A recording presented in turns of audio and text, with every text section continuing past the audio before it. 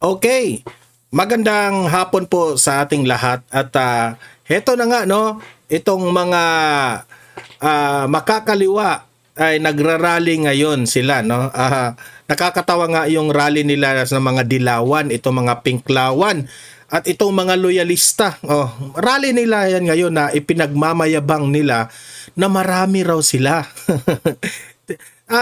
Atin pong sisilipin sila. Kasi po, may nakita po akong post kanina. Mamaya ipapakita ko yan sa inyo na taliwas ito sa kanilang ipinagmamayabang na marami sila. And at the same time, nakakatawa nga kasi Marcos resign and also VP Sara resign. Anong klase niyan? Diba?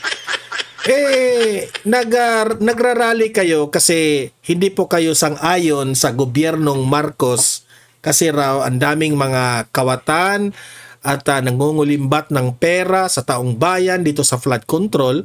Bakit nyo idadamay si VP Sara sa mga kalokohan ninyo? Anong kinalaman? Nakakatawa nga eh. Anong kinalaman ni VP Sara sa flood control anomaly? In-investigate man si VP Sara niyan kung involved ba si VP Sara sa flood control. Ang layo. Walang kinalaman si VP Sara. Walang kinalaman po ang mga kampo ng mga Duterte. Di ba? Ay nako. Sa totoo lang no, isa lang yung talaga yung hindi na dapat i-analyze ito eh. Sa totoo lang, hindi na dapat i-analyze kasi alam ng taong bayan na itong mga dilawan na ito, itong mga loyalista na ito, ang pakay nito na siyempre sa mga dilawan, talunan yan eh.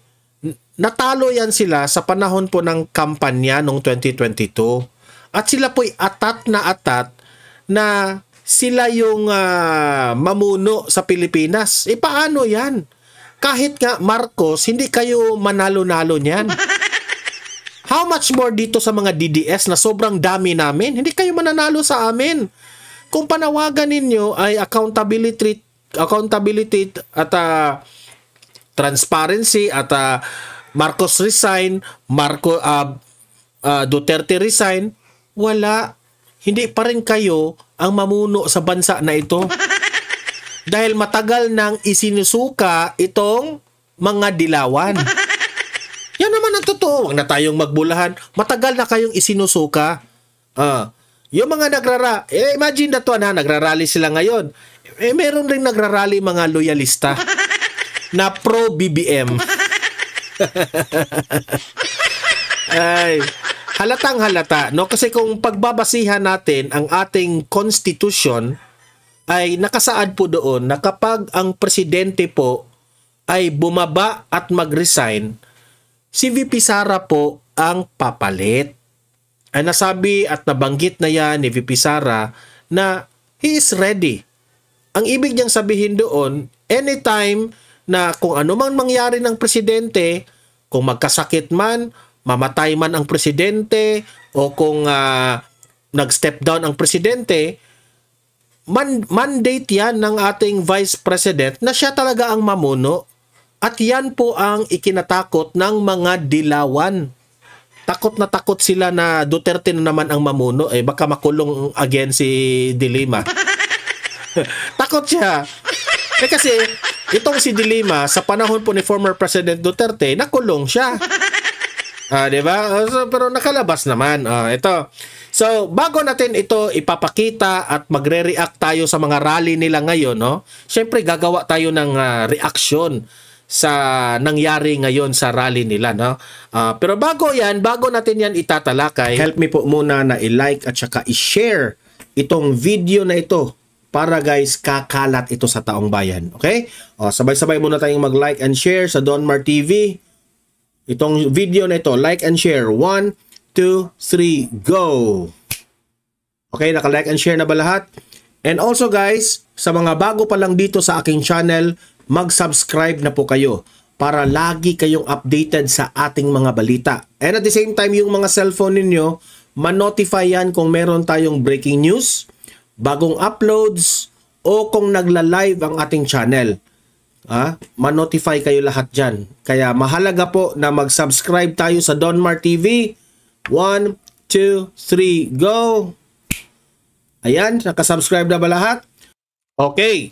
So, itong ipapakita ko sa inyo na videos at mga pictures ay mga random na nakukuha natin sa mga feed natin sa Facebook. At tayo po'y magre-react. Anong masasabi natin? Okay, unahin muna natin itong mga pictures nila. Ito. Yan. Si Magalong yan, no? Si Magalong. Magalong, bakit ka nang dyan? Ay, di ba? Binabash mo si Magalong dito, oh. Ayan, no? Sabi dito ng 1PH, Mayor Magalong sa EDSA. Nandyan si Mayor Magalong sa EDSA ngayon. Makikiisa si Baguio City Mayor at Mayors for Good Governance. Convenor Benji Magalong sa isasagawang ika-2 trilyon peso march sa EDSA Shrine at People Power Monument. Inaasahan ding darating sa kilos protesta si Quezon City Mayor Joy Belmonte. Ayan, nakita ko yung picture ni Joy Belmonte kanina. Alam nyo, ang dami pong natatawa dito. Kasi si Mayor Magalong, sinabihan siya dito na isama mo na yung ICI dyan, Magalong. Bakit hindi mo dinala yung mga taga-ICI dyan? Di ba? Kasi po, akala natin nung una na itong si Mayor Magalong ay matino. Talagang nagmamayabang itong si Mayor Magalong na yung mga ano raw, cat's eye, yung mga substandard raw na mga proyekto na dapat nating hindi tayo titigil, ganon, ganyan. Ang dami niyang mga pautot. Yun pala, maraming nagsasabi na, ano ba itong si Magalong? Ano ba ang ipinaglalaban nito? Nababayaran ba ito? Alam niyo ba kung bakit? Kasi, doon po, bumaha sa Cebu, nandun siya sa Davao naka-investigate. Di ba? So sabi ko, akala natin matino itong si Magalong. Yun pala, ay kapareho lang pala ito ng mga politicians na bakit yung investiga? Ending, doon, wala silang napala doon sa Davao na nag-investigate sila doon sa Davao. Wala silang nakuha doon. Nagbuka silang tanga. Tapos, napahiya sila doon sa tarpaulin na nakalagay doon na kailan ninyo imbestigahan yung lugar ni Sandro Marcos. Napahiya sila tuloy doon. Di ba? Wala naman ang issue sa Davao. Bakit kayo doon naghanap ng flood control na ghost at mga substandard? Isa ka ring pasaway, Mayor Magalong. Nakakahiya ka. Hindi namin maiintindihan yung mga ipinaglalaban mo, ikaw pa rin ay namumuliti ka. Kakahiya ka, sa totoo lang. Mayor Magalong. Ito. Let's random check kung ano yung mga nasa picture ngayon sa rally nila. Okay? Ito naman. Ito. Natawa ako dito sa 21 minutes ago, itong sinabi po ni Tio Moreno. Isang vlogger rin ito, DDS vlogger po ito, no? Shout out sa iyo, Tio Moreno. Sabi dito akala ko ba 16 million strong ang mga kakampings? Akala niya na 16 million. Bakit 1,600 lang yung nagrarally? Hoy, mga dilawan! Akala ko ba 16 million kayo? Bakit 1,600 lang ang pumunta sa rally? Ipapakita ko yan mamaya. Hindi ba kagaya noong nangyari sa INC rally na sobrang dami po? World record World record high yung dumalo na nagrarally. At hindi lang ang mga taga-INC dumalo rin doon ang mga kababayan natin, mismo ang taong bayan doon sa EDSA People Power Monument, no? Nandoon, nakita natin, sobrang dami doon sa People Power Monument, marami din doon sa Quirino Grandstand. Bakit ngayon 1,600 lang itong ipinagmamayabang ng Dilawan? Hindi pa rin kayo mananalo dyan? Kung akala ninyo, kayo na ang mamuno sa 2028, malabo. Malabo, sorry. Sabi dito ni Tio Moreno, bakit 1,600 lang yung nagrarally? Your numbers are not numbering. Ikaw talaga, Tio Moreno, ha? Ay, nako. Ito pa. Tingnan natin. Ito, binalita ng Philippines. Teka muna, ha? Lakihan natin para makita naman lahat. Ayan. Ito yung picture, Ang sabi dito sa kanilang tarpaulin. Babasahin natin. Marcos Duterte patalsikin. Paano nyo mapatalsik si Duterte? Nakakulong na nga doon sa The Hague. Di ba? Bulok na sistema. Baguhin. Yan. Resign all. Kung mag-resign all, wala nang gobyerno. Mga bobo rin, di ba? Akala nyo sino kung dami. Tingnan nyo yung kanilang yung kanilang ginawang mascot na dyan na parang yung aklaan, yung ngiwi rin. Si Sindanya ba yun? Parang si Sindanya rin yan ito, basahin natin page po ito ng Pilipinas Today. I think, hindi ito DDS na page Progressive groups patungong Mindiola, Maynila. Progressive groups? Na hindi naman nagpo-progress? Meron bang natatawa naman ako dito. Tinawag nila ang kanilang sarili na progressive group pero hindi naman sila progressive. Sa patuloy na dagsa ng mga tao sa trillion peso march sa Luneta, Maynila ngayong linggo, Nobyembre 30, kumikilos na ang mga progressive groups patungo sa Mindiola. Progressive? Hindi ko maintindihan bakit progressive ang tawag nila. Hindi naman nagpo-progress. Mana kayo sa bangag na administrasyon. Hindi kayo nagpo-progress.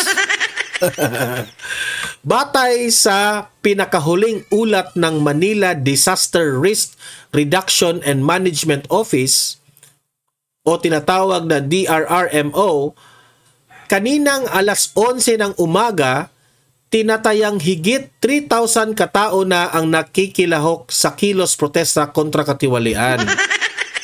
3,000 lang? Wala sa kalingkingan sa mga DDS yan. Nakakatawa naman kayo. Di ba? Ito sila, 3,000 daw ito. Tilinay ko ng ginanon, tawag yun, binilang ko ng ganyan para mga 40 plus lang. Para 40 plus lang. Ay nako. Nakakatawa nga itong pinagmamayabang nila. Akala siguro nila maging bongga yung kanilang rally dito, no? Yun pala nakita natin, ang konti-konti na pala. Ito pa. Ipakita ko sa inyo ang drone shot, no? Ito rin drone shot nila. Ayan. Kung ikukumpara mo yan, sa INC, ayan. Sobrang liit. Hindi nga naka 1/4 sa hindi nga naka 1/4 sa INC rally. Sobrang konti lang 'yan. Ayan bakit may mga spaces pa diyan, 'di ba? Ang luwag-luwag. Yan po sila Sa tingin niyo marami 'yan? Marami ba 'yan? Ang dumarami 'yan mga payong 'di ba? Mga payong lang 'yan kita mo naman yung mga DDS at mga INC na nagrarally. Hindi ka na makakita ng daanan. Lahat ng makikita mo, tao na talaga. Naka-occupy dyan lahat. Ano yan? Nakikita pa nga yung flag Di ba?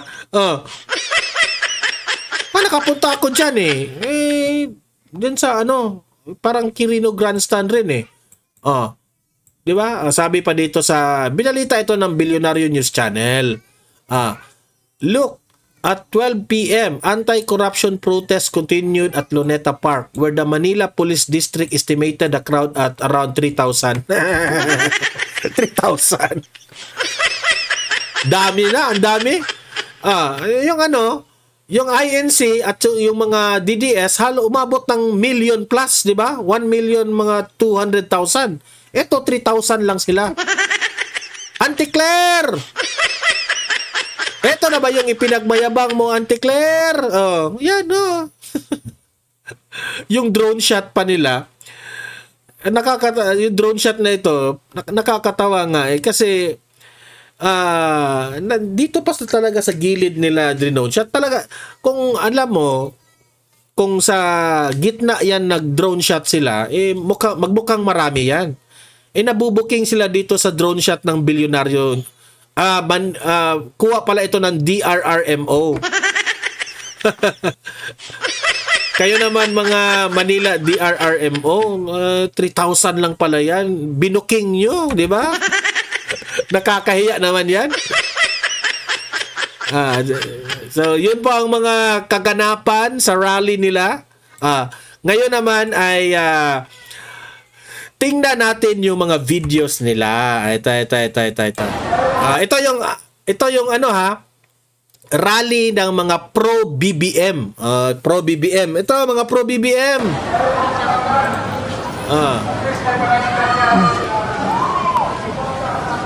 Para ipakita aming suporta sa ating mahal na Pangulo. Mahal na Pangulo? Mahal nyo yan? Talaga? Kasi para majority of the Filipino people, hindi na namin mahal yan eh. Di ba? PBBM. Kami po ay nanggaling sa iba't ibang probinsya ng Mindanao. Saludo po kami sa inyo, sir, na galing pa kayo sa iba't ibang lungsod ng probinsya. Pero huwag nyo nang pahirapan ang inyong sarili. Huwag nyo nang suportahan yan si BBM kasi naghihirap na ang mga Pilipino. Pati nga kayo naghihirap na. Di ba? Kasi kung wala kayong reklamo sa administrasyong Marcos, hindi kayo sana nandyan. Bakit kayo nagpakita ng suporta dyan? Doon kayo sa Malacanang magsuporta. Bakit nandyan kayo sa daan? Sa pangunguna po ng Sulubong PBBM. Marami nga nagsasabi baka binabayaran ito sila eh. Ewan ko na lang, I don't want to judge. Sana naman hindi kayo binabayaran, sir, ha? Bang sa Sul. Kami po ay taga Basilan, yung iba po ay taga Maguindanao, Lanao. Kawawa kayo, sir. Pumunta pa kayo sa Maynila para suportahan si BBM. Ang kawawa kayo. At ibang sektor po.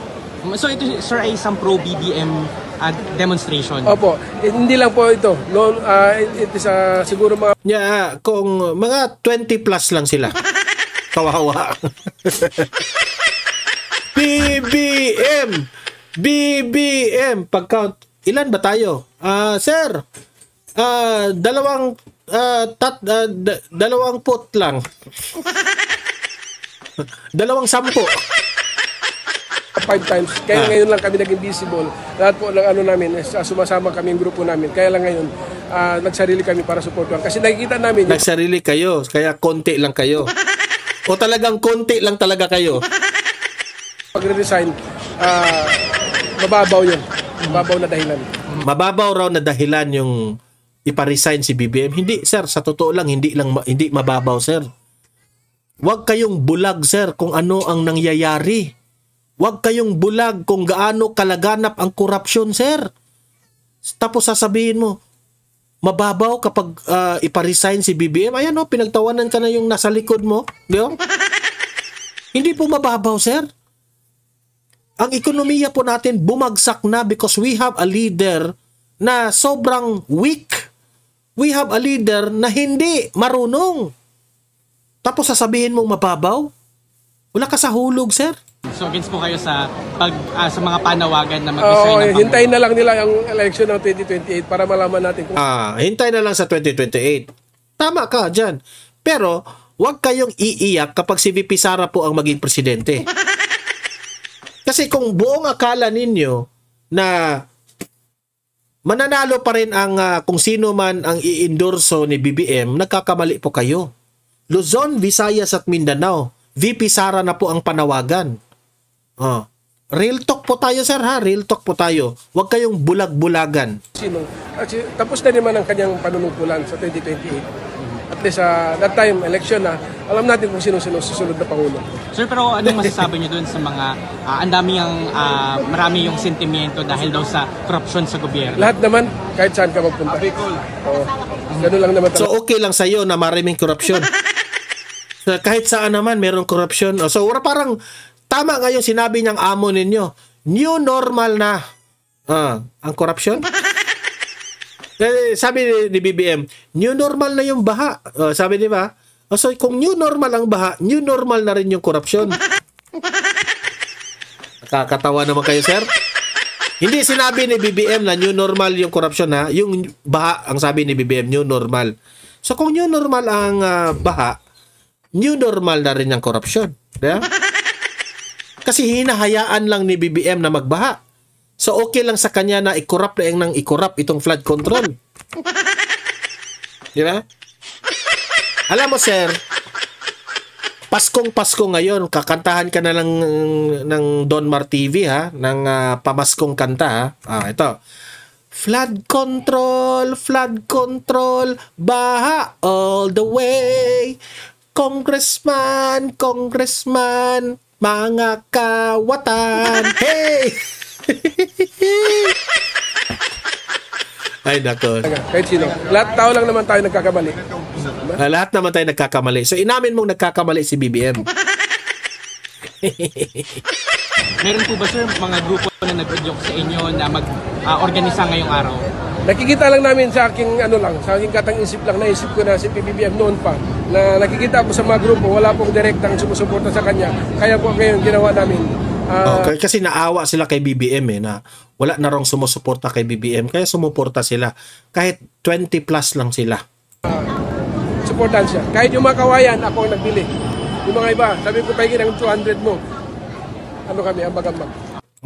Ba? Kawawa sila. Mga kawayan nila, ginawa nilang ganyan, poster, ganon, panghaligi ng kanilang mga tarpaulin. Kawawa.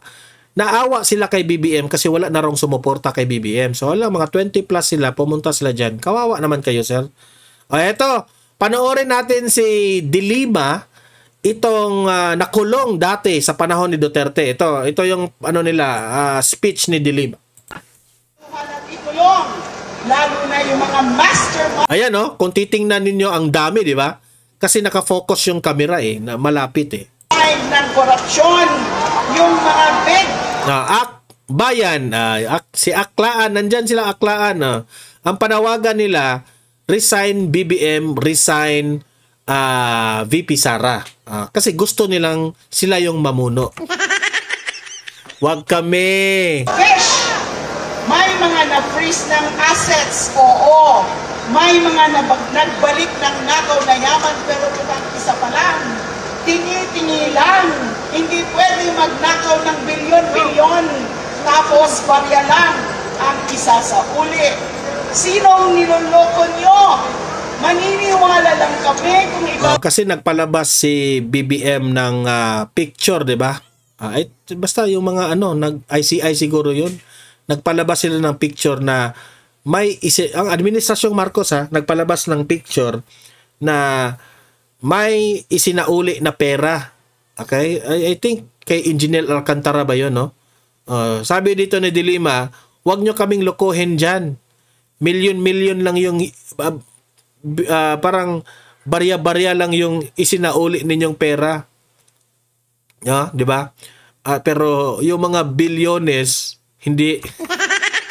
Di ba? So, at least may tama rin naman. Balik nyo lahat ng ninakaw ninyo. Marami pang dapat tugisin. Marami pang dapat bawiin. Bilis-bilisan naman ng gobyerno. Meron ding naglalabas na mga revelasyon. Umaasta na hawak ang katotohanan. Pero nagtatago naman sa pananagutan. Hindi umuwi dito. At worse, inaabsuelto ang si Saldico ang pinatutungkulan dito. sarili. Tapos ini-expect niya, maniniwala tayo sa lahat na sinasabi niya.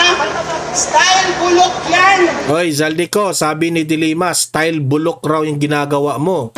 Hindi papasa ang mga satsat na hindi kayang panghawakan ang katotohanan. Pinaninindigan sa tamang lugar, hindi pang content lamang, hindi video-video lang. Ang gusto ng taong bayan, buong katotohanan. Sa makakalat na ebidensya, tamaan kung sino ang tatamaan. Walang paghuhugas kamay. Walang Bakit ka nagbabasa, Dilima? 'Di ba? Yan ang problema dito sa mga dilawan eh. Sila ay nagbabasa. Si Hontiveros nagbabasa.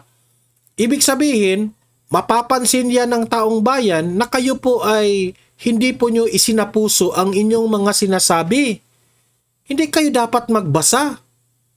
Kasi, meaning to say, hindi ninyo alam ang mga pinagsasabi ninyo. Sinusulat ninyo kasi hindi ninyo, you are not mindful sa advocacy ninyo. Diba? Dapat hindi kayo nagbabasa. Tingnan nyo yung mga rally sa mga DDS. Yung mga speaker doon, hindi talaga nagbabasa. Sina Mike Defensor, sina halos lahat, di ba? Hindi talaga nagbabasa. No. Sina Attorney Vic Rodriguez, hindi nagbabasa. Ikaw, hindi mo memorize ang advokasya ninyo, o hindi nyo memorize ang purpose ninyo dyan? Di ba? tatakpan. Yes, nakikita naman natin ang pag-usad ng ICI. Pero huwag tayong maglokohan. Kulang ang kapangyarihan nila. Kulang ang pondo nila.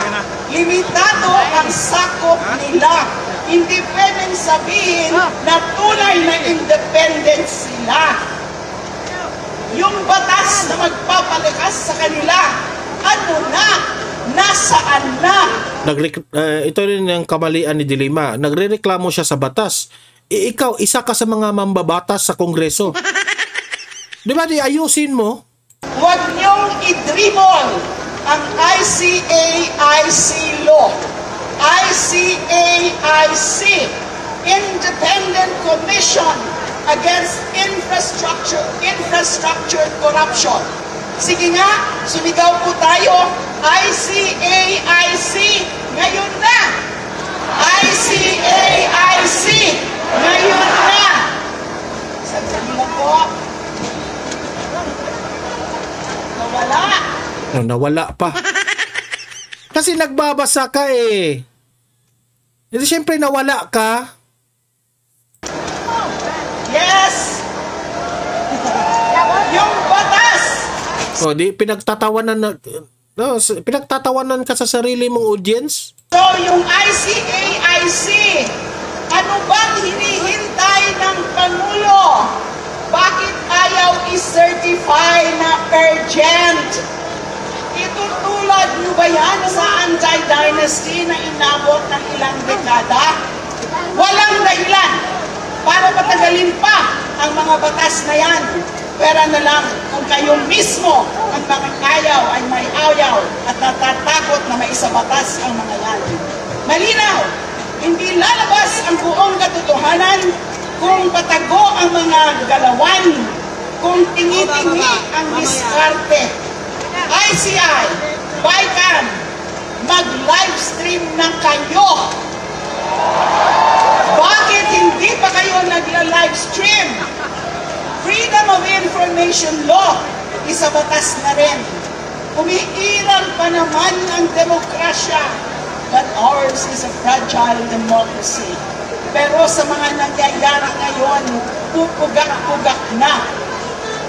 Lalo pa itong pinarurupok at pinangihina ng mga nagtatanim ng duda, ng mga may pansariling agenda para tuluyan itong ibagsak, pag-inyababawin ang dahas at isasantabi ang saligang batas. Palakasin natin ang demokrasya, pasiglahin natin ang ating mga... Imagine kahit dilawan itong mga nagrarally at nagrarally rin yung INC, nagrarally rin yun ng DDS yung 2 weeks ago.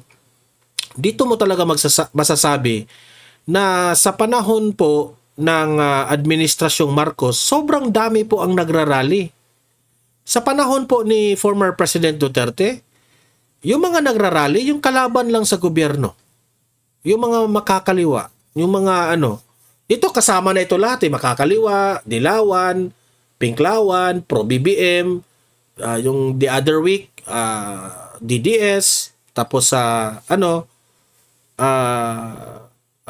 INC. Ang sabi ko nga ang mga rally ngayon, hindi nagkakaisa yung rally. Kaya hindi talaga mapapatalsik si BBM. Di ba? Meaning to say, lahat ayaw kay BBM.